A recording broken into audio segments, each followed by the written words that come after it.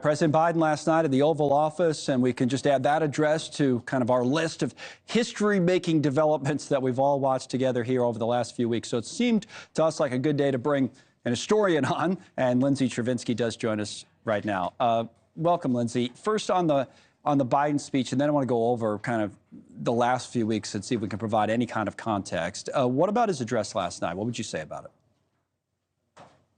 Well, obviously, the moment is a historic one. The fact that he was even saying he wasn't going to run is a relatively rare thing to see in American history. I would say actually really human history more broadly. But I think also his nod to history in the speech, I really appreciated. He was very aware of the people standing before him. And although we couldn't see it on the wall that he was facing, he has portraits of those presidents that he mentioned. And I think that it probably helps him put his daily actions into context, given that he is seeing those faces all the time. Now, it doesn't wrap anything up because we're right in the middle of a presidential race, but it does culminate these 3 weeks of headlines for now until something else happens. This will take me a minute, but we'll put up on the screen the timeline of what we've all seen over the last 3 weeks, beginning with the debate. And then, Biden tried to get out and campaign. The debate performance was hanging over him. He met with state governors. First interview, he had that with Stephanopoulos on ABC. We said Hakeem Jeffries holding crisis talks with House members. Everybody said, well, what's he going to do? What's he going to do? More and more Democrats calling on him to withdraw. Second screen, that only gets us up to July 11th. Assassination attempt on a Saturday changes everything on Donald Trump, Butler, PA. Then, with the question starting to resurface, so, oh, Biden will stay in the race. And people said, no, he's going to get out. He tests positive for COVID. Trump, in the middle of all this, accepting the nomination in Milwaukee.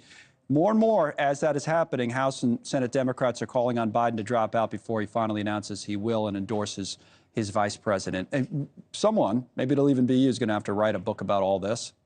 Where will they start? Well, I would add to that, if you included just a couple weeks before, it also would include the Supreme Court decision, which completely changes how we think about the presidency and accountability. And Donald Trump was convicted on 34 felony counts, which has never been done by. So, I mean, like, these weeks are just, they're insane. And you're going to need dozens of books just to cover this period of time. And I don't blame people if they feel completely overwhelmed, because this is decades worth of historic material in just 2 months. You know, what's interesting about that is that because of the kind of the modern society that we live in, whether it's social media, what we do in cable news or whatever the case may be, is that one thing, like, for example, yesterday, Netanyahu comes to Congress and addresses his joint meeting of Congress. By the evening, everybody forgets about that because they moved on to Biden Oval Office address. So you wonder if the significance of some of these individual events gets lost because it's one after the other.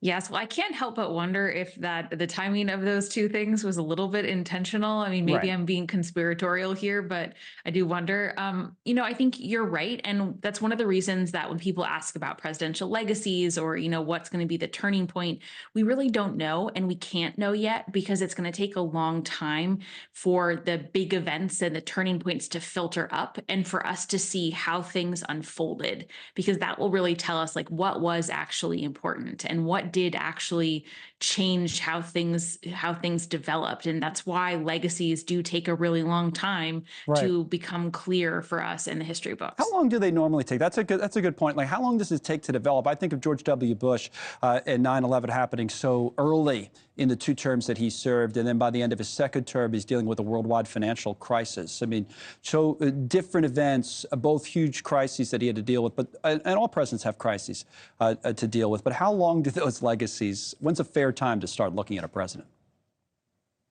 Well, I think there are probably 2 different phases. So the first phase is about 10 years out, when the heat and the passions of the moment have started to decrease a little bit, and people can be a little bit more analytical and rational in their thinking and their assessing. It also usually helps to see how their successors actually manage some of the issues that were left behind. And George W. Bush is a great example here, that his popularity rating actually skyrocketed during Trump's administration because it was a comparison that a lot of people hadn't thought about. Yes. And then the second mark would be maybe like 25 years-ish, when you start to see the declassification of records, when we actually are starting to get the full story and all of the information about the behind the scenes details, the things that we don't know about in real time, that starts to come to light. That's all good points. Always good to talk to you, Lindsay. Thank you. Thanks so much for watching. Just go to joinnn.com to find NewsNation on your television provider. And don't forget to click the red subscribe button below to get more